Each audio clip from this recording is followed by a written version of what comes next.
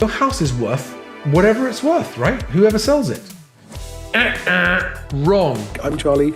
Welcome to Moving Home with Charlie, and thank you for coming. Charlie Lambdin grew up in Sussex, is the founder of Best Agent and presenter of Moving Home with Charlie. If you want to find one of these guys, look out for those compassionate professionals. All estate agents are not the same. So Charlie, what would be your advice for people interested in buying new builds right now? Don't overpay. Do buy, but don't overpay. That's why I say disregard the guff. Read into the numbers and look, and it's buried. The bad news is buried in the small print, okay? Good evening, everyone. Welcome to the Property Press Awards. They may or may not be telling the truth, but you should form your own view. Get out and view, get out and view, get out and view. You cannot be in a position to make offers and have the offers accepted if you're not viewing. Just be out there viewing. Pay attention to the back of the class. If you've not been watching my videos, I did one just a couple of days ago. Disregard the guff, guys.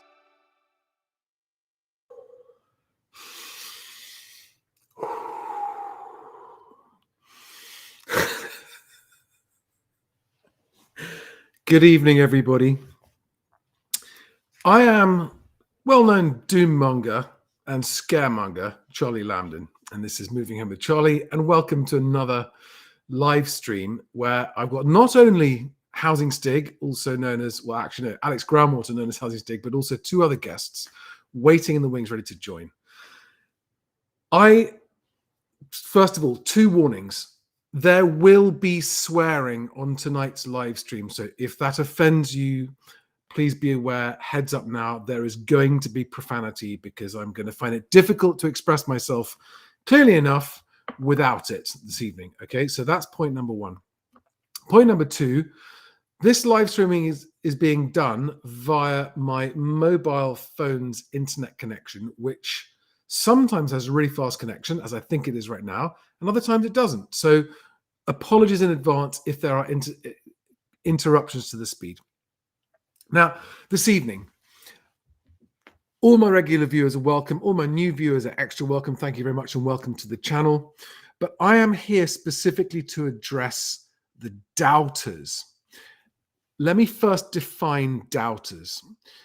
I mean, you are people who are hearing what I'm saying and you would like to consider yourself open-minded and would like to consider yourself realistic and would like to consider yourself as someone who's done your research and looked into things, but still don't think that what I'm expecting out of the housing market is actually likely to happen. And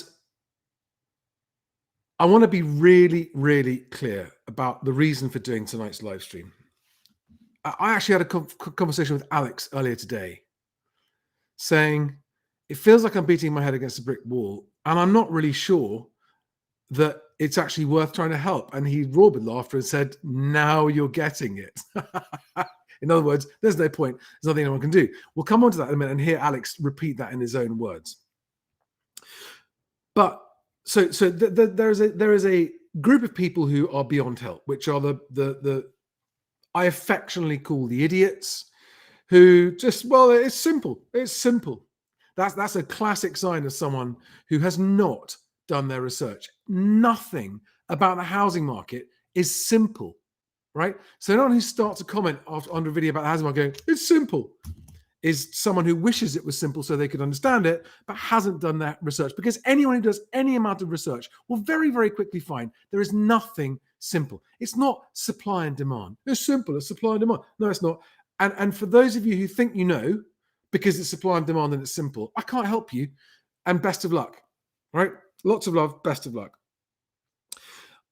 I'm now going to go through the other naysayers and opponents of what I'm saying, because some of the guys I'm talking to, I've sketched some names down here. So I've got, first of all, what I call the nominal party landlords, okay? My Instagram landlords, the ones who have basically YOLO'd their way into becoming a landlord by borrowing up to the hilt and drinking their profits in pina coladas on the beach in Ibiza when interest rates were low, and are now going, holy shit, I can't afford my mortgage repayment. What am I going to do? And they're also the guys who go, Charlie, house prices always go up. It's a fact. I know because the bloke that got me into this told me house prices always go up. I've been listening to this expert and he says house prices always go up. And that's like their mantra, house prices always go up. And that's those guys, right? I'll stop there. But the nominal party landlords, I'm not talking about the other professional, intelligent landlords, the nominal party landlords who do not like what I'm saying. The next ones are the ones who go, nah, mate, you're wrong. In my area, house prices are still going up. There are some areas where that is the case, but generally speaking, the my area, which is never actually named, and house prices have gone up 5% without any data, are typically the people who, for one reason or another, want and need to believe that the house prices in their area are not going down. Put a pin in that one, come back to it later. Then we've got the ones who go, I can't see it. And they're the ones who sort of say, I hear what you're saying, Charlie, and I hear what you say. I like to think myself open-minded. I hear what you say. I just can't see it. I just can't see it. Now, when someone says that, to me, it's saying, I haven't actually gone and analyzed the numbers you're talking about to see what you mean and find if there is a flaw in your mathematical argument. Okay, you can't see it because you haven't looked. Because as Alex will back up, anyone who looks cannot fail to see it. It's a question of whether you want to see it and whether you want to look and do the work, because it is not easy to do the work to find out. But can't see it means don't want to see it or can't be asked to see it, in my mind. Then we've got the, he's another doom monger. He's on the house price crash bandwagon, just, for fun and shits and giggles and likes and views. And he's just building a profile on the back of the doom. And right. Yes. Okay. I can't help you with those guys. Those of you who think that's what I'm doing, if you're still watching me, why are you still watching me? And then the last one, it was someone on Twitter today, X today, said, Charlie, I don't believe you care about anyone else. I believe that you've got an ulterior motive and what you're doing is purely for your own benefit.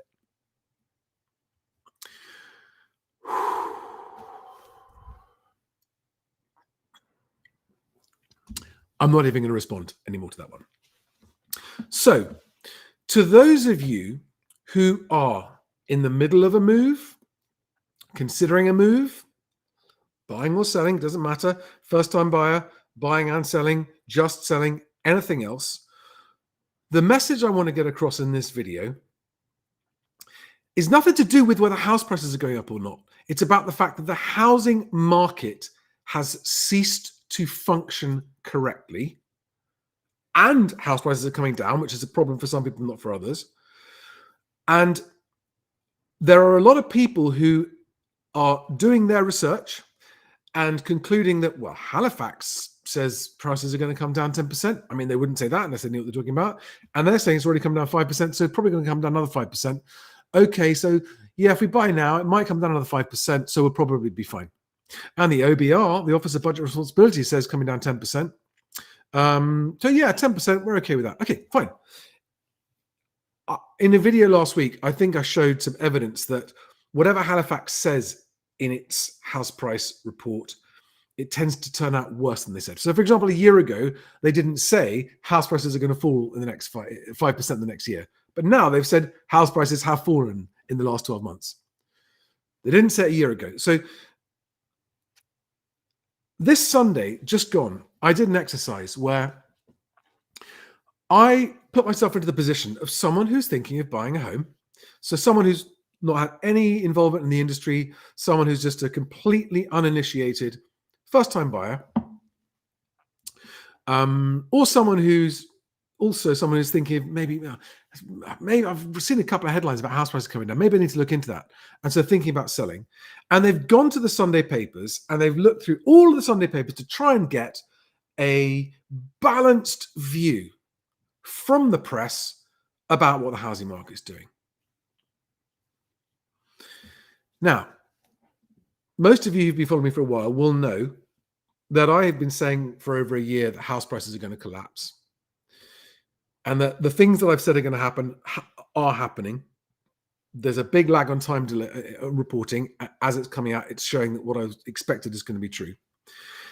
And the reason I'm here today is because what I can see and sense and feel through all of the various collective means of looking at the market is that we are in the early to middle phase of what will end up being the worst house price falls and worst housing market dysfunctionality in living memory. It's going to make 2008 look like a picnic and 1990 look like something not much worse than that. I could be wrong. And if I'm wrong, you're fine and everything's fine, right? But if you're someone who's looking for the truth of what's happening, I urge you to consider what I'm saying. I'm not saying believe me. I'm not saying believe me. Don't believe me. Don't believe anybody. But dig deep enough that you can make up your own mind, having actually found out some truth. Now, when I looked in the media, as someone who knows, as far as I'm concerned, it is an absolute mathematical certainty that the housing market is in a terrible place right now. And prices are falling very steeply at the coalface right now. And they've got a lot more to go the next year. I went to look in the media to see, is there any sign anywhere at all, even a hint that this is happening? And there was nothing. Nothing.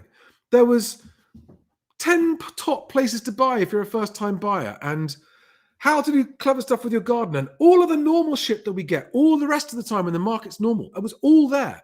Nothing. Not even a small... there are some people with a view that the house market's going to... And nothing looking into it. So in other words, amongst the national press and media, there is no warning sign whatsoever when you look at it across the board of the actual truth of what's happening at the coalface. Now, Lewis Shaw, the mortgage broker, who's going to be talking in a minute, he was quoted in the Financial Times today, is on Radio 5 Live tomorrow talking about it. Looking forward to hearing what he says is the difference between what's the cross-section of media reporting versus actual reality.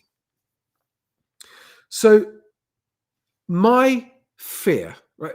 Let me just reiterate my mission and the reason I do these videos. I am here to help people avoid making the mistake of either buying when they shouldn't or overpaying if you can and should buy, but you should never pay. Or if you're a seller who's going to need to sell, but doesn't think things are that bad and thinks, oh, I'm just going to ignore them. Yeah, it's just mainstream guff, or it's just media, or it's just nutters on YouTube being doom mongers, and think that it's going to be easy to sell. And by the time they find out that it's not, it's too late. And they bought with a 10% deposit a year or two ago, and another 6 months from now will find out that they can't sell it. I'm here to try to minimize the casualties and the collateral damage from this, to minimize the number of people who are going to overextend themselves, be in negative equity, lose their job because of what's happening in the economy. We'll come on to that in a minute, and then end up having their home taken away in negative equity and still being in debt. No home and still in debt. And people who need to sell, who don't sell in time and end up in the same place where when their fixed rate mortgage ends, it's gone up, their house prices come down, they can no longer afford their mortgage because either it's gone up too much or they've lost their job, and now they have to sell, but they can't because they're in negative equity. So in other words, the worst case scenario for both buyers buying either because they're overpaying or at the wrong price right now, at the wrong time, and sellers who don't wake up to what's happening in the market, the end story is the same. You end up losing your home. That's what I'm here to try and help avert. Okay? Now, the specific, and I'm nearly ready. I'm nearly done with my monologue and my rant, guests. So I'll be with you in just a second. The specific phenomenon that I'm worried about is one that I myself just very recently dodged the bullet of. Now, I'm in a new home here, been here 10 days, and we're renting it. Why? The house I was living in, I lived in for 12 years, renting it, and my landlord went bust, and the bank repossessed it, and I wanted to buy it off the bank. And the bank that repossessed it from my landlord said, buy it or get out. Fair enough. We agreed a price to buy it in March. The survey came, and by the way, this is a place that we loved living in and would have loved to live in forever with our family. We've got 3 kids. And so we were all committed to doing this. And I had funding lined up, which was a deposit and lending. But when the survey came back, my lenders, the survey basically was very, very bad, and it said it needs more than 50% of its value spending, or the purchase price spending on immediate repair work. So my lenders went, no, well, that's not worth that much. We can't lend against it if that's the case. And the bank said, okay, if you're not buying it for that price, out you get, and slapped us with an eviction notice. And we were evicted. We got out just for evicted. But the point is this: here I am now in a rented house after an absolute nightmare couple of months, not being able to find somewhere to live and being homeless and staying with my sister, feeling nothing but a massive sense of relief that I've dodged a bullet of taking on a large financial commitment of borrowing in a house that had huge amounts of maintenance needed doing to it, as we go into arguably the most uncertain economic times we've seen in at least 15 years, if not 30 years. I have genuinely, definitely dodged a bullet. So I'm just going to bring Alex in first for a second. And Alex, evening, you there? Can you hear me? Good evening, mate. I just want to wrap something up, right? As of today, government figures out today, unemployment is rising, job vacancies are falling, interest rates have not finished rising yet, and the real wages that were reported today were for Q2, and where they spiked, and we are now halfway through Q3, and anyone who expects Q3 to do the same could be very severely mistaken. Yeah. So all the news that came out today is as Alex and I have been expecting for a while, is worse. Then we've got Wilco with its 12,500 redundancies. Barclays announcing 450 people being laid off today.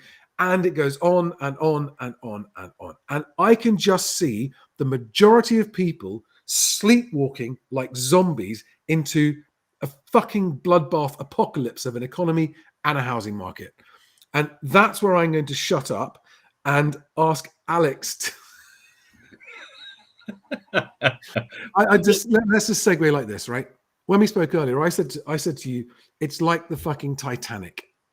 It's like they're going down the Titanic, and I want to try and help people get into lifeboats rather than drown. And you quite rightly pointed out, but Charlie, there weren't enough lifeboats. No. I mean, and this is the problem. I'm sorry for doing this, everyone. Apologies massively. But if we just think, because to me, housing is one small component of the overall mechanism, which is the economy. And, you and I have discussed housing, we've discussed the economy, but it was one part of the model that I put together last year. If you think about it, for most people, any income that they have is either through investments or wages. I mean, forget inheritances and things, there are other sources, but for most people throughout their lives, they will either have invested in an ISA or in shares, or they have an income from wages. All fine. And where does that money go? Well, you can put it into pensions, you can put it into savings, you could buy bonds or gilts, you could buy shares on the stock market, you could buy gold, you could buy property, you could buy Bitcoin. You could invest, if you were a savvy investor, into REITs, real estate investment trusts, for commercial property. The problem we've got at the moment is all of those things are linked, and we know this. If a stock market crashes, gold prices go up because people take their money out of a falling stock market and they buy gold. Normally, most people invest most of their money into a property that they live in. That's just the way it works. Yes, they put some money into pensions, but less and less over the last years because we no longer have defined benefit pensions. We have defined contribution pensions. People more and more now are putting money into Bitcoin. Now, you know my view on that in terms of stability and its potential future, given what will happen with CBDCs. Commercial real estate, we know, a massive hit over COVID, but even before COVID, there was oversupply. Now, you've got I think it's just over 10% of all the commercial real estate in London is empty. Office space is empty. That's 3 million square meters of empty office space. That's a lot of money that's not being collected in rent. Yeah. And what I'm saying is this: yes, the Titanic analogy was accurate, but you sort of believed that if we organized the escape, in an orderly fashion and people followed the rules and they did the right things, that it would be okay for most of us. But no, it's much more like the Titanic. there aren't enough boats. If you fall in the water, you're dead. And if you imagine that each boat is, let's say, gold, and another boat is savings, and another boat is the FTSE, and another boat is house prices, most of those boats are sinking. You see, the problem is, because of the vast debt that sits above all of this, and you can think of the debt as the iceberg that sank the ship, Right. But because of that, there isn't any safe place. We've had a couple of people come to both you and I and say, look, I've just sold a house and I've got this money and I don't want to buy just yet. Where do you think I should put it? I've got £200,000. Where should it go? I haven't got a fucking clue. Yeah. I mean, seriously, what's a good idea at the moment? And you take that forwards and you realize that the truth is that people aren't saving enough into pensions, and that our population demographics suggest that state pensions in 20 or 30 years' time are not going to be too wonderful. Property prices, we know, are going down, and a recession now. The ex-Bank of England chief economist, old Haldane, I think his name is, said it was a 50-50, but he was just trying not to scare people. The chances of us escaping a recession are almost zero. At which point, as we've seen, we've started to see some of the retailers like Wilko going bust, and there's a whole range of things that will happen, and they are all interrelated, and none of them are good for the future. When house prices come down, that will eradicate a lot of people, their perceived wealth that they've built up over the last 5, 10, 20 years. So just to simplify and recap, what you're saying is there's no way out of the shitstorm that's coming. No. For the economy and for the housing market. And I'd like to, because both Andrew and Lewis have both been very patient. I'm just going to like to bring you. I'd start with Lewis, if I may. Good evening, Lewis. How are you? Yeah, good. Thank you. Yourselves? Well, Good. apart from being prophets of doom, yeah, we're fine. Thank you. Now, Lewis, you were quoted in the Financial Times today. Would you just want to share with everyone what you were saying? It was about the data from the Bank of England about mortgage arrears, the speed of, how many mortgages have gone into arrears, or more mortgages have gone into arrears, and why basically that is a really bad idea. Well, not a bad idea, of course it's a bad idea, but it's a bad thing because this hasn't really hit yet. There's still 1.6 million people due to renew their mortgages next year. Yep. Even Andrew Bailey in an interview with Sky said only a third of the pain with regards to mortgages has happened, and a lot of that, 2/3 is still to come. And given that mortgage arrears have risen so much, so quickly, especially when energy prices have come down, and it was summer, and therefore, so the energy was stripped out to a certain extent. Given that they've increased so much during that period of time when things were settling down a touch, that doesn't bode well for what's coming over the next kind of 18 months, I guess. Yeah, I've actually got right here on screen. This is the, and there's a link to this below for anyone who wants it. This is the Financial Conduct Authority's report out in June, and it's got there. Over the next 12 months, 1.7 million fixed rate deals will expire, with 893,000 expiring before the end of this year. And it goes on to just say what a big deal that is. We project that the biggest increase in the number of financially stretched borrowers will occur between July and September this year. So, which we won't see the effect of that. That's happening right now, if that's true.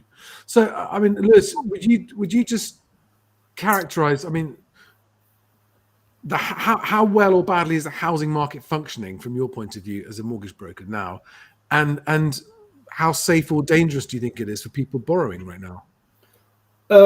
Well, it's quiet. It's definitely quieter, but that's to be expected because of everything that's happened. I mean, August was very, very quiet, but again, August is always normally quiet because it's the holiday period, children are away, people taking the time off.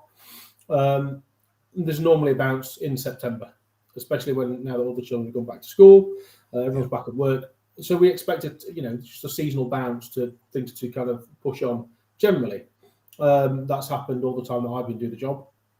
And you can see that through graphs. Obviously, it was a bit skewed during COVID because of everything, but generally that happens. It's much quieter, definitely much quieter. There's much less activity. Certainly with regards to purchasing, if you've already got a mortgage, then you need to do something about it anyway. But certainly purchase activity is reduced. Would I say it's dangerous to buy now? My personal view on this is no. But I'm going to caveat that. If it's a long-term home, if it's somewhere you're potentially looking at to move in as a very young couple in your very early 20s, then that's probably I wouldn't do that, because generally relationships fail and people have to sell and all that kind of stuff. If it's a case of you're looking to buy because your children are wanting to get into the catchment area for a school and it's going to be the family home for the next 15 plus years, then yes, I wouldn't personally, as long as you're not, as long as you're being sensible with what you can afford. Because I think there's data that shows that over a 10-year period, no matter what 10-year, however you divvy it up, prices are always higher. Right. Do you know what I mean? They're never below after a 10-year period. Well, there's obviously odd one, but in the main, and that was the same for the financial crisis, and then again in the 90s, the 80s, etc. So it depends on your circumstances, but certainly there's much reduced activity. I mean, the thing that I'm most worried about in respect to that topic we just discussed, which is it a dangerous time to buy, is how many, especially younger people, younger buyers, are hearing that the economy is going to get bad, but have never experienced what it means when it gets really bad, and are naively assuming that their job is safer than it really is.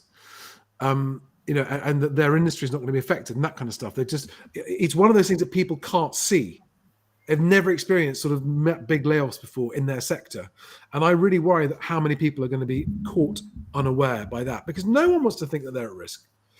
And I can remember myself back in your 20s and your 30s, you think, yeah, it'll be fine. I'll be fine. Yeah, it might be an economy, but I'm not going to be affected by it. And they're the people I'm worried about. Lewis, if it's okay, I'm going to bring Andrew in because he's been waiting very patiently as well. Just keep you there for a second. Good evening, Andrew. How are you? I'm all right. Thank you for waiting patiently for half an hour. Patiently listening. So Andrew is an active estate agent on the front lines. He owns 2 estate agencies in the West Country, sort of, and is a qualified RA, Royal Institute Chartered Surveyors member. So one of the things that you do, Andrew, is you're one of the people that contributes to the monthly RACS survey, aren't you? Yeah, that's right. I mean, I'm a registered valuer, as I've said before, but I think that's quite unique from an estate agency perspective. There are a few of us that are registered valuers, but we contribute to that survey. And I think what's really important at the moment is that data, how accurate that data is. We had Simon Rubinson, who's the chief economist of RACS, on my podcast not too long ago, explaining that data and that quality. And I know it's one of the things that you, Charlie, are very hot on following, because it is accurate frontline data. So that's why I'm really pleased that you're here this evening, because you're not just an ordinary common or garden estate agent. You've got a level of qualification above most estate agents. So you're a surveyor and an estate agent with 2 different professions, and you're now both. So how's the market feeling for you? I think the problem is because I take my valuer status on my own vals, I'm quite honest with people as to where things sit. The problem is, if you sell a house, as lots of people did through the last couple of years, at a hugely overinflated price, someone like I will come along and value it for a bank, and we will generally down value to something more realistic. Therefore, you need, as a buyer, a greater degree of equity, because the lender will only lend, let's say, 75%, if that's their LTV, of their perceived value. So obviously that's something that has to be taken into account. And I'm still seeing agents overvaluing property just because, I mean, you know, we have a lack of listings as a rule. I never want to overvalue, because what's the point? At the end of the day, I've got to invest in that property to sell it, and it's got to go through to completion. Otherwise, you know, I don't get paid. Yeah. So there's no point in us particularly overvaluing, but I do see huge demand for other agents who really do struggle and want stock to overvalue. Right. And of course, you know, a vendor will always say, oh, well, you know, you're completely wrong because this other agent valued it at this figure. So I see that a lot, and that's something that vendors need to be careful of. But equally, buyers have been, you know, and I say this with total respect to the people listening, but buyers are like goldfish. So they have a memory of the last couple of years, and the last couple of years has been very, very fast paced. And you see a house listed at, let's say, 500,000, which is really only worth about 450, 460. But the perception is, well, we have to, if we want to look at that house, we've got to expect to pay 500,000 for it. So it's about getting the perception of the buyer that there are deals to be had, and Right. there are deals to be had, with certainly those that are in rented, you know, that have no chain. Yeah. It's always a fear when we see long chains as agents, because you just don't know what's going to happen lower down the chain. Building I mean, safety chains are about as difficult as they've been in a long time, aren't they? Right now, holding a Definitely. chain together is an absolute nightmare, isn't it? I mean, I expect 30% of fall throughs as a general rule. It's still annoying when they happen, but you know, 30% is a general rule of thumb. Yeah, I mean, I had a chain collapse yesterday on the eve of exchange, which was as a result of the bottom of the chain. You know, and only a 3-property chain, but the buyer at the very bottom just decided he didn't want to buy it anymore, and everyone was ready to exchange. And it's that type of buyer that's causing problems. I mean, that's one type of buyer, but I suspect that buyer will come back in a week and try and renege on that bottom of the chain, to try and, you know, come in with a much lower offer, and then that will have repercussions for a knock-on effect up the chain, where potentially all the vendors going up through will have to either agree to a reduction. I don't know for sure whether that will happen, but that's quite a common tactic at the moment. Right. But yeah, chains not holding together are a big problem. But if you're in rented and you're looking to buy, there are deals to be had. Get your finances in order first, and go to the agents with the finances in order and say, look, okay, here's my offer, and you know, and get on with it. But I would totally agree with what Lewis said. You know, now is not a bad time to buy.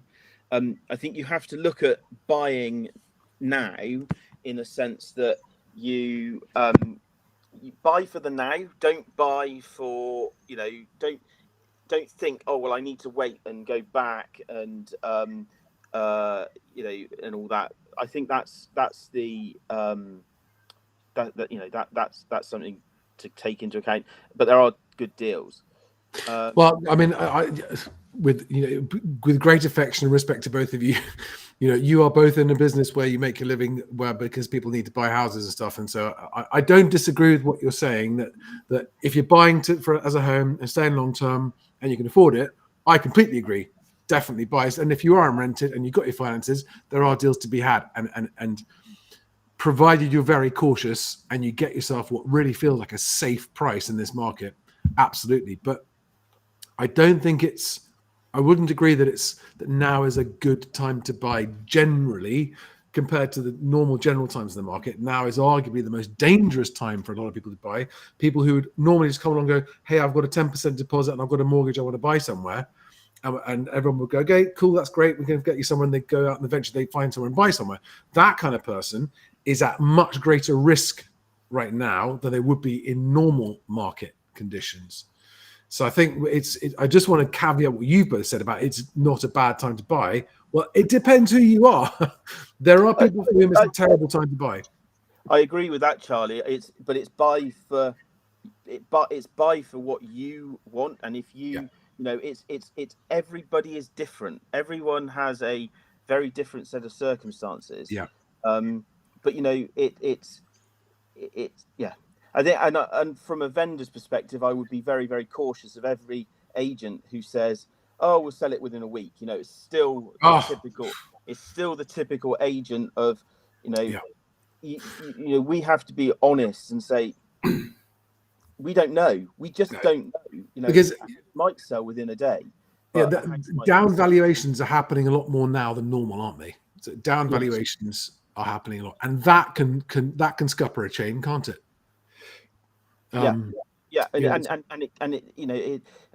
it always absolutely depends on how much equity someone has. If someone's got enough equity to cover that down valuation and they're still prepared to pay the price they've negotiated, then it doesn't really matter. And Lewis, sorry Andrew, but Lewis, are you, when you're talking to buyers, because some people are saying, hang on, if I don't buy now and if I wait till next year, I might not be able to get the same mortgage. Alex today noticed the Martin, London Money, on Twitter talking about how the offers that are coming for clients are starting to get lower, like just 2.5 times gross combined income, that kind of stuff. Are you worried that someone that can get a mortgage offer now won't get it in a year's time? I mean, there's a possibility, because lenders can change their lending policy. They can be mandated to change their lending policy by the Prudential Regulation Authority if they decide that the rules need to change. So yes, affordability is tighter, and I'd say that on average, yes, there's more scrutiny certainly on bank statements. There's definitely more. Well, with particular lenders, there's much more scrutiny. So it's not as easy as it once was, for sure. Yeah. Where will it be in a year's time? Who knows? Because generally, when it gets a bit trickier, then lenders do tend to climb up a bit, and what would have passed today or last month may not pass. But there's no way to predict that, because it's just, ultimately it's some guy sat in a chair up in a boardroom that decides we're going to now do this. That's fantastic. Lewis and Andrew, thank you both very much for joining us this evening and making a contribution. Very valuable. Thanks for your time and your patience. I'm going to say goodbye to you guys now, and unleash Alex. Thanks, Charlie. See ya. Good to see you guys. See you soon. Bye-bye. Bye-bye. So, Alex, let me start by asking you what you think is going to happen in terms of mortgage availability in the next year. Yeah, well, I mean, look, I agree with Lewis. There will be some bloke at a boardroom table who will go, oh, well, okay, we don't want to take so much risk on the books at the moment. Everything's a little bit shit. So what we're going to do is, if they've got children, they're paying childcare, we're going to, enforce this measure and so on and so forth. The problem is that person doesn't do it for each individual mortgage. What they do is they get their developer monkeys to go along and change the parameters of the algorithm, and suddenly 25% of the people who go in and say, can I have a mortgage, that they would have been able to get the day before, will no longer be able to get it. Yeah. The computer will quite literally say no. And that, I'm afraid, is the world we live in now. You don't have a friendly bank manager who actually knows you, believes in you, has some faith in your honor and duty in your work ethic.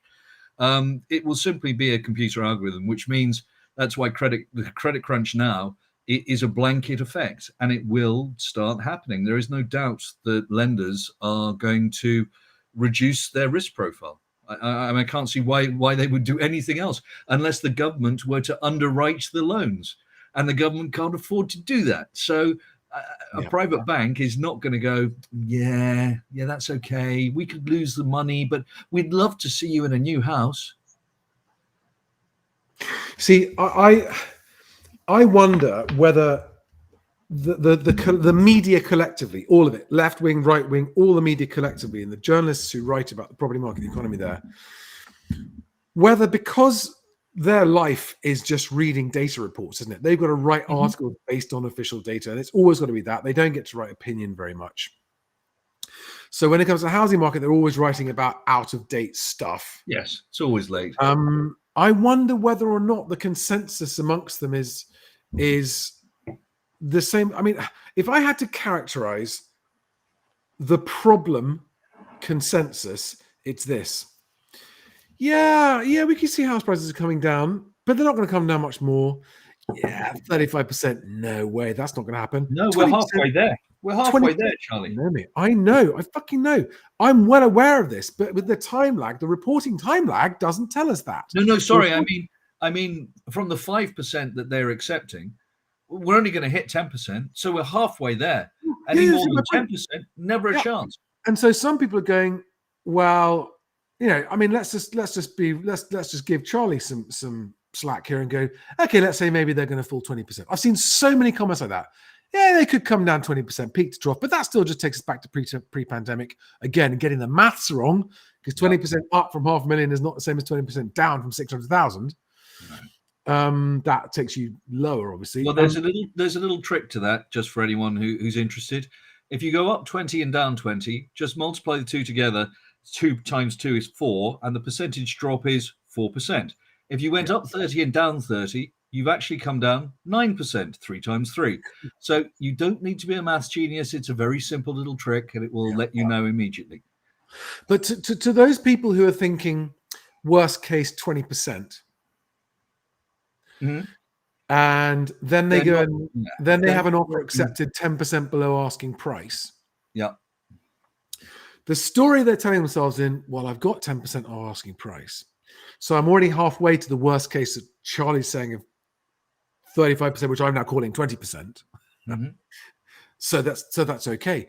And I have this deep, and you probably sensed it when I called you earlier today. I have felt really disturbed at the mass underestimating of not only the friction in the housing market and what that means, by the way, if you're buying and selling, right? Even if you get a property and think you can buy it or sell it, it's taking so long, and the chances of change falling apart, even when nobody wants them to fall apart, is so high. Right. Yep.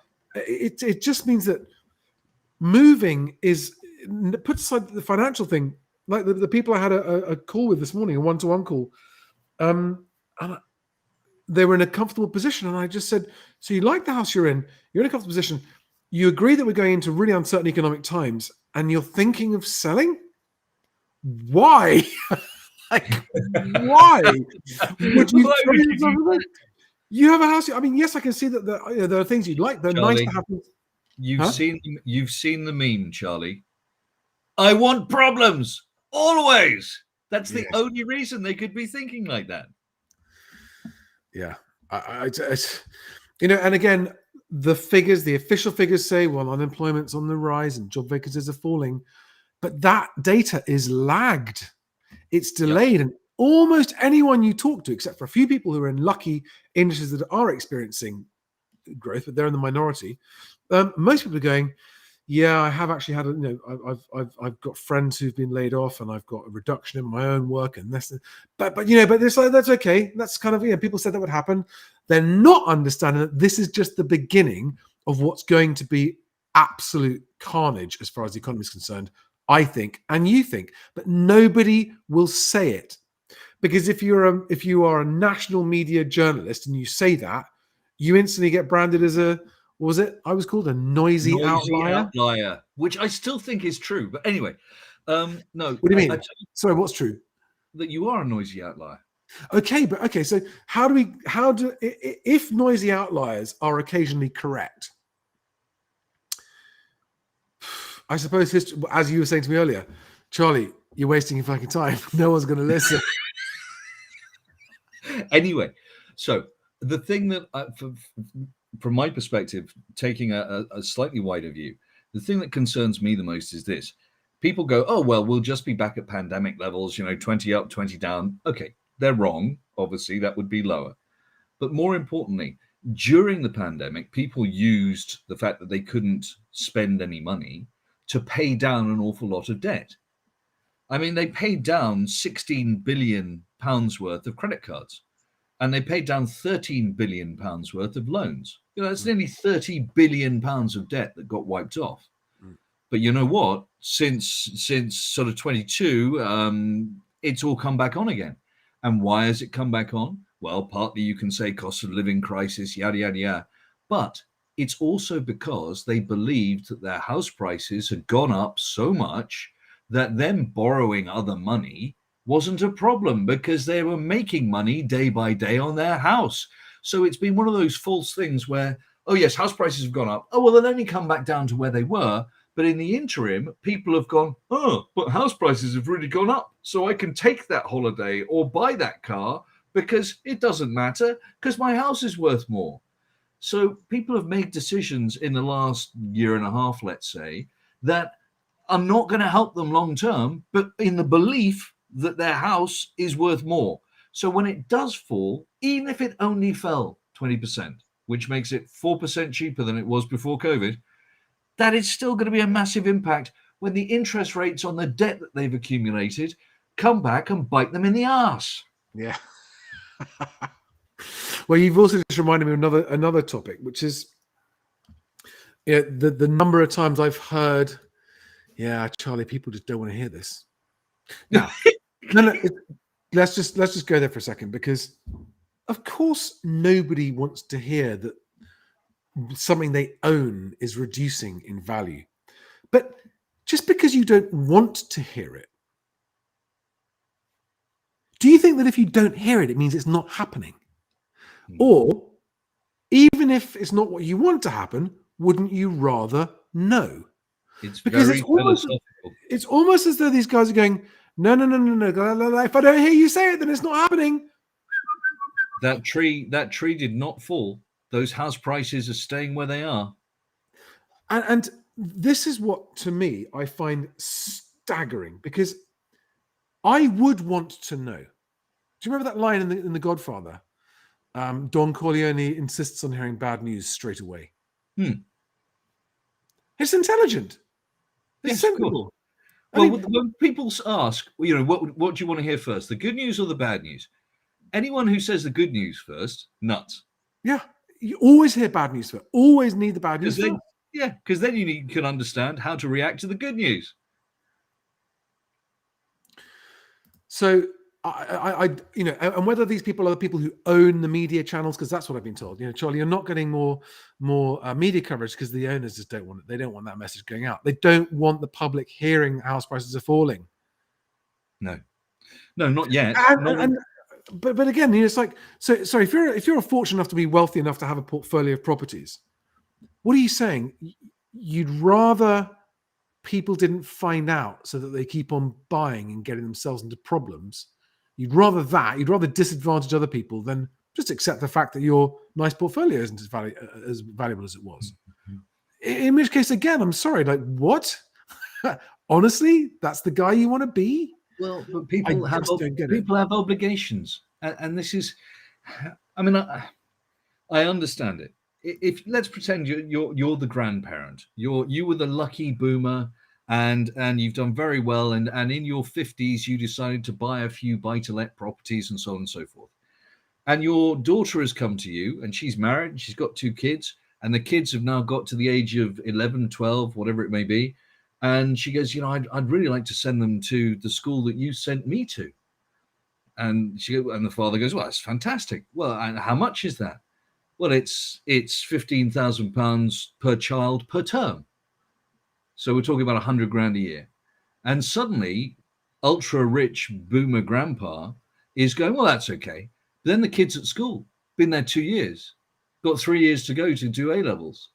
And when you have these sort of commitments, people don't want, especially when they involve family, they don't want to hear, they don't want to believe that there's a chance that they're going to have to make a life-changing decision.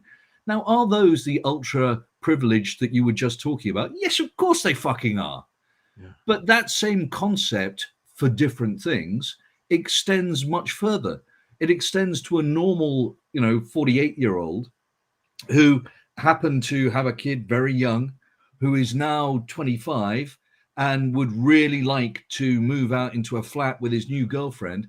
And, the parents have always said, oh, we will help you, son. We'll help you. And they're looking around at the moment going, fuck, how the hell are we going to help him with a deposit?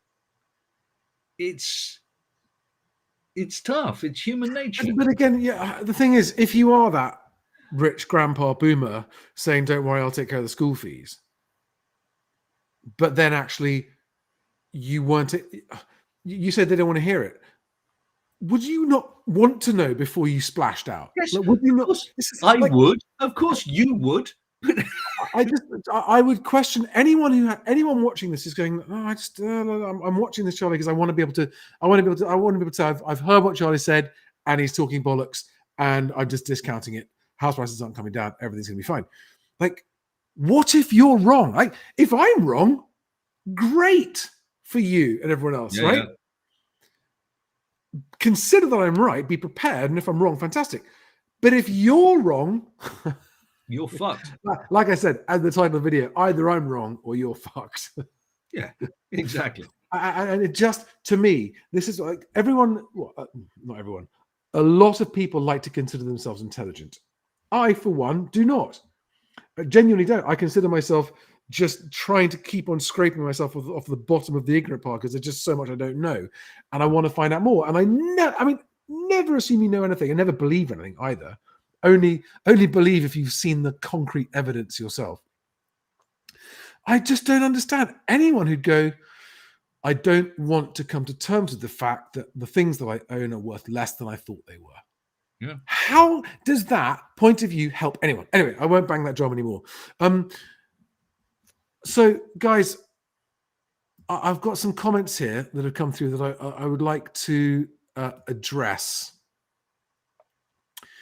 You're talking about Paddy again? No, we'll come back to that. I got this is going right back to the beginning, actually. So Richard Longmere says, unless you're a first-time buyer or wanting to take out equity out of your house, then actually prices are irrelevant. Now, what he's referring to is saying if you're buying and selling, if you're moving, then prices are irrelevant because, that's not actually true because in real life, your individual property you're selling and the one that you're buying won't move in absolute harmony in terms of price. There will be variations. Synchronicity. So it's a bit too much of an oversimplification there, Richard, but I hear the point. David McKenzie, better to be a doom monger than a false hope monger. 100%. Absolutely right. Absolutely right. Couldn't agree more. Susie Logan, I was in. Wait. Oh no, I've lost it. She said she was in a chain of 6 houses and it was an absolute nightmare, but she exchanged today. Congratulations. No, I keep picking the wrong thing. Someone else just said, meant to put it on the screen, I deleted it and said, someone else said, what if the house price cuts never come and the sellers just don't sell? You've got to understand that there isn't just one category of sellers, right? You've got at least 3, and that's being very, very rough, categories of sellers. The ones who've got no choice but to sell, the ones who need to sell because they need to move for life reasons. It's not because they're choosing to, but they kind of need to. They're not what I call the forced sellers who've got no choice but to sell, but they're the ones that really, really need to because otherwise life's going to be difficult. And then there are the ones who go, yeah, I'm going to sell it because I have, and they sit the house on the market for stupid money and it sits there for years not selling. So 1/3 of it typically are the death, debt, divorce stuff that happens whether they like it or not. Those continue to sell no matter what happens. So it's not a question of something. Again, people oversimplifying. Oh, sellers just won't sell. Well, then they're not really real sellers. They're tire kickers. James Gould makes a point, and I wanted to bring up because it's especially if you are a seller or a buyer, it's a huge mistake to think this. I began in this industry thinking this, right? So James Gould says, typical estate agents roll on them closing down. A lot of them are closing down. A lot of going out of business, closing branches at the moment, right? But understand this. When you need to move house, you will be grateful for a good estate agent. And you will understand why they're necessary. Honestly, do you think there would be estate agents if they weren't necessary? Do you think there would be 20-something thousand estate agency branches around the country if they weren't completely unavoidable, right? If they all closed down, there'd be a nightmare, because moving house, someone else put a comment up today about, there's no one better to sell my house than me. Again, you're missing the point about what does they say about lawyers? You don't need. The point is, it's not about selling a house. You don't need to sell a house. A buyer will come around and they'll like it or they won't. Right? That's not where the skill lies. The skill is not in being a salesperson of your house. And if you think that, I'm sorry, you're massively misguided. The skill is in holding a fucking chain together. It's got nothing to do with how well you know your house. You've got a chain of people who want to move house. The chain's got to be held together. And there are multiple people involved at every step of the chain. And it's a nightmare. And that's where agents really have their work cut out. And it's the hard work. Their work really just begins when a deal is agreed. So nobody should be wishing for all agents to close down. The bad ones, yes. I am including myself in the ones who want bad agents out of business. Okay. But good agents need to be championed and recommended and appreciated for what they do. Richard Whiteside on YouTube says the Telegraph has been predicting a roughly 20% drop for over a year. You are not unique. Oh, I am unique, but not for the reasons that you're talking about.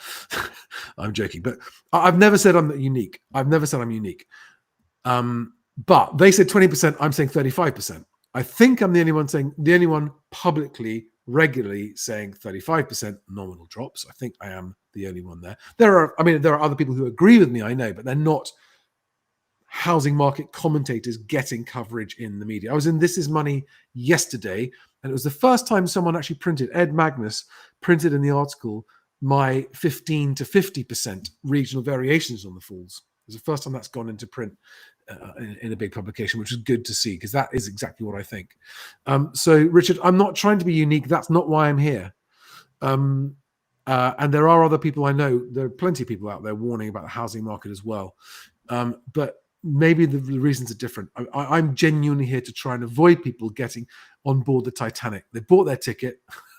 Well, I'm saying, do not get on board the Titanic now unless you've got your own escape mechanism and life raft. This goes back to your agent friend, etc., who was on earlier, Andrew. He was saying about purchasing now, and the way as he was saying it, I was just thinking about. I had a friend who went out and bought a 63 AMG Mercedes S-Class, brand new. Now, he knew that the moment that he drove it out of the garage, it was going to depreciate by about £40,000. Right. Didn't give a flying fuck.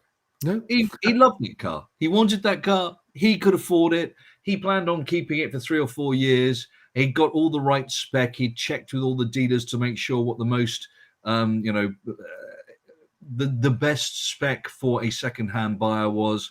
A beautiful car. But I don't think there's that many people in that position who are happy to literally the next day wake up and go, oh man, I just saw £40,000 evaporate. I just, it doesn't sit well with me. So I see where Andrew's coming from, but that's a message that needs to be tempered quite carefully. Yeah. Paddy, let's go to Paddy, and then I'm going to get some more questions.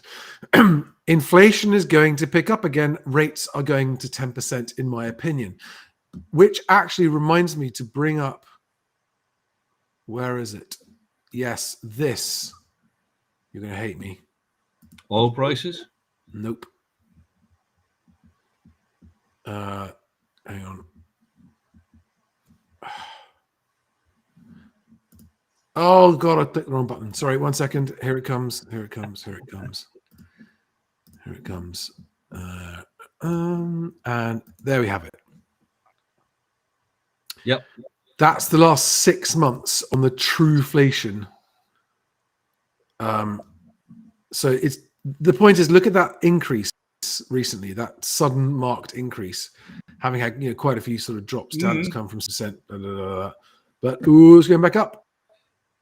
It's going back up. So it's worth revisiting our bet, actually, isn't it, at the moment? Yeah, but our bet, as I keep telling you, is not about inflation. And as I said, inflation won't come down until sometime next year. The bet is about wages and whether wages will be above inflation. Now, the problem is, the higher this is, the more you lose. You do understand that the way you win this bet is if inflation falls through the floor and therefore wage growth is real, and therefore you win because real wages are higher. Because the bet is that real wages are lower. So show me this graph and I go, cheers, Charlie. I'm definitely winning that fucking bet.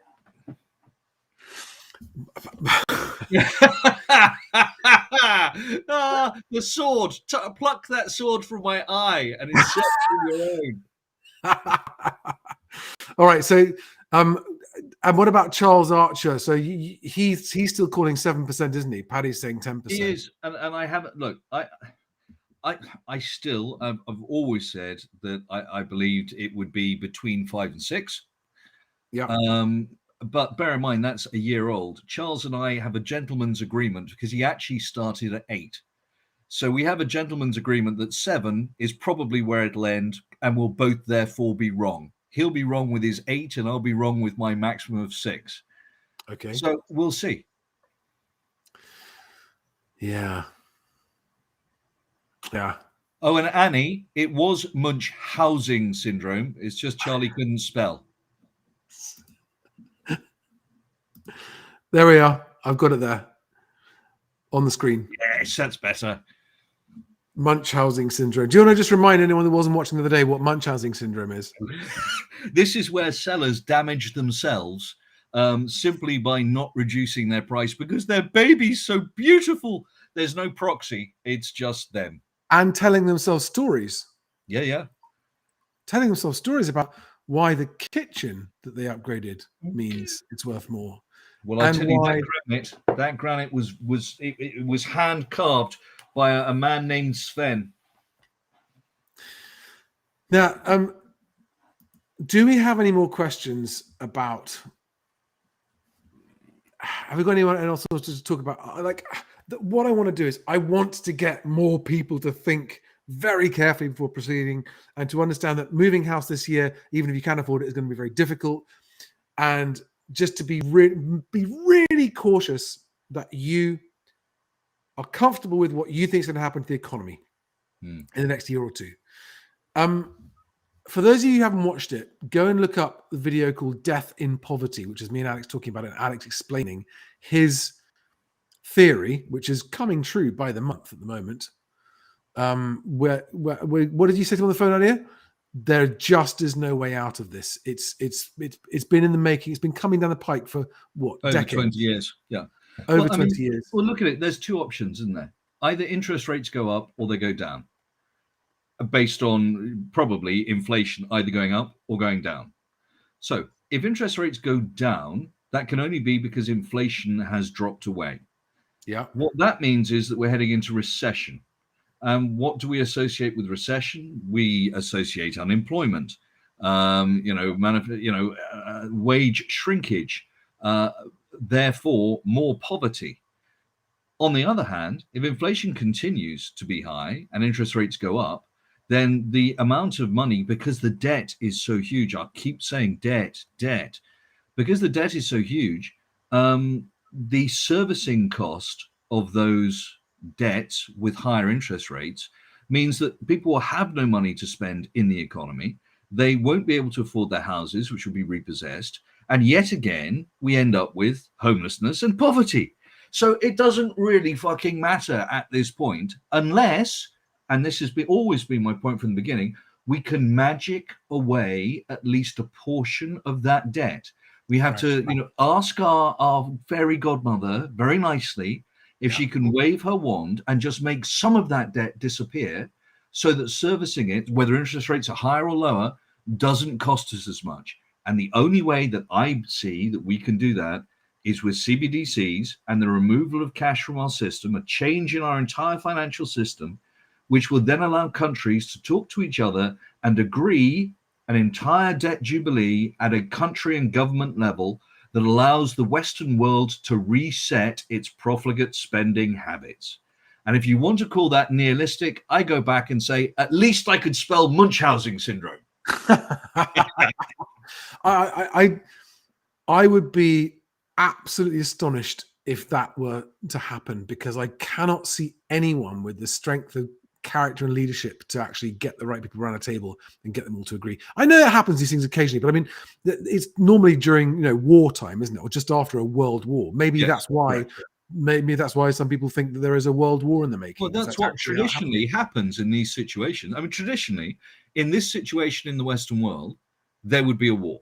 I mean, that, without a shadow of a doubt, we are absolutely geared up as to where poor old Germany was before the Second World War, and I use the word poor advisedly, and back through history, but we have a different scenario now with nuclear weapons in terms of a global war, which I think is very unlikely. Local conflicts, possibly. In fact, local conflicts almost definitely, because it helps to ramp up weapons manufacture, which helps the economy and so on and so forth, and kills off a bunch of young people who otherwise would be claiming universal credit. Christ. I go back to my favorite album. I keep telling you, the Dead Kennedys, Give Me Convenience or Give Me Death. You can learn everything you need to know about life from that album. That's the name of the album, is it? Give Me Convenience or Give Me Death. Jello Biafra's seminal work. Okay. I need to check that out.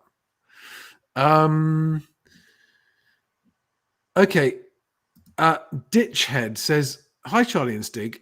Do you see cheaper flats under 200k dropping up to 35% in the South? I think it's really worth pointing out that the lower end of the market is less likely to see the biggest falls. Yeah. So it's not impossible. And there will be areas definitely where that happens. But in the South, I mean, the South is very big, relatively, Southeast, Southwest, just the South. I don't know.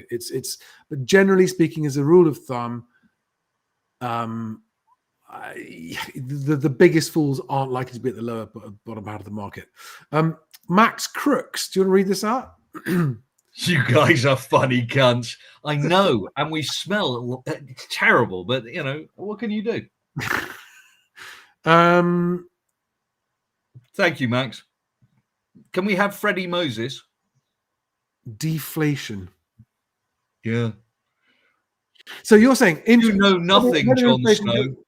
Inflation goes up or it goes down. You're saying we hit the iceberg, whatever happens. Yeah. Right. We're hitting the iceberg. It doesn't really. So literally, it doesn't matter what happens to interest rates. It doesn't matter what happens to inflation, because the debt has become totally unmanageable, and the debt is what's going to kill us. Correct. Yeah. And people will say, oh, use the printers. We'll just run some more money. Oh, fuck off. That's just hyperinflation. It's just another way of dying. Do you want to die by sword or by poison?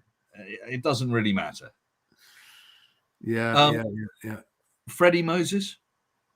Yes, what was he saying? The Jubilees will be the last option.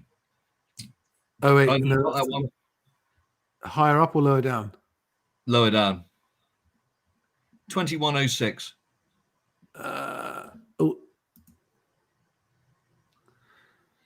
Freddie, I do not disagree with you. They will try the tax route. But if 12.5% of your people are unemployed, and have you seen universal credit and the number of people who are now long-term sick, which, by the way, just so you know, has increased by over 1.3 million since 2020. You can't tax people who've got no fucking money. So, yes, they'll raise the taxes, but it won't generate any more revenue. It certainly won't generate enough revenue to pay back the enormous debts. So I'm afraid that is a hiding to nothing. Honestly, the magic wand, the fairy godmother, the CBDCs, the overarching controlling state who force you to spend your money and then stick a broomstick up your ass, that's where we're going. Rich has made an interesting comment. Best get yourself sent to prison for a couple of years. Free food, clothing, heating, and telly. When you get out, it might have sorted itself out. Well, we're back to the broomstick up the arse. I don't want it. I just don't want it. God, dearie me. Yeah, guys, right. This is I could keep going, but Fred Harrison's prediction. I just want to address this because Fred Harrison's guy says it's 18 years, exactly 18 years for every. Fuck off. I know. Go to 1972. If it's 18 years, why don't you go to 72? Oh, house prices were going way up. But didn't they drop in 90? They did drop in 90. Yeah, I know. And the thing is that actually, because of the reporting lag, the bottom of this house price downturn is going to be in 2026, which is when he predicted. So he's going to say, yes, see, I told you. Oh. But then by that stage, it's too late and everyone's fucked. So I'm trying to say, well, let's not wait until after it's happened and go, that was a coincidence. I got it right. Even if you do believe in Fred Harrison's prediction of every 18 years, then you should already have taken into account that it's begun, because it always happens over 3 years. So 2022 to 2025 being when it happens, and then 26 finally the bottom gets reported. Do we have any other crackers worth? I don't know what I'm going to call it. Anyway, it's late. I've got to go, and I've nearly finished this bottle, so you know. Well, you must be gasping for a fag. I am. You're so right. And it's been brilliant fun, and amazingly, my internet's held up. Yeah, really well. You haven't gone boing once. It was very impressive. Staggering. I've only got 2 pips of 5G. Oh, I've just gone boing now because I touched my phone. I shouldn't have touched it. Don't look at it. Don't touch it. It's a quantum phone. Never observe it. Oh, guys, you're all quality. Thank you for watching. I hope this has been helpful. And one last thing. So someone said to me today, a follower who's a long-time follower, I didn't meet, but we had a one-to-one video call, and he said, I've been sending your videos to my family for the whole time I've been watching you, and they all think you're talking nonsense.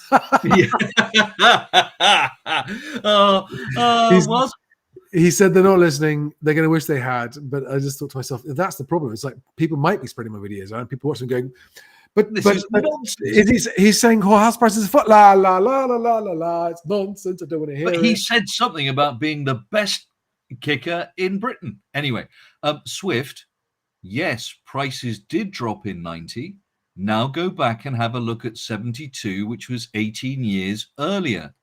Guess what? Prices were going up all the way till 74. Anyway. Thank you, guys. You're all amazing. If any of you feel like you want to have half an hour or an hour talking to me over a private one-to-one video call, you can do so. And it's been really interesting, the guys I'm talking to. Almost all buyers, no sellers, which I find astonishing. I think the sellers just don't want the truth bomb, do they? No. Almost all buyers basically saying, look, I want to buy now, but I'm really worried about it. Just talk me through and check. Yeah. So anyway, that URL down there, buymeacoffee.com/MHWC. And actually now on the mhwc.co.uk homepage, there is a button that you can also click to go and book a slot with me if you want one. And otherwise, we'll see you on the next one. Thank you all very much for watching. Have a safe night. Sleep well. See you soon. And if you've got questions, go check out the video backlog on YouTube. Not backlog. I should go, shouldn't I? Yeah. Have a good one, guys. Thank you very much, everyone. Bye, everyone. Bye-bye.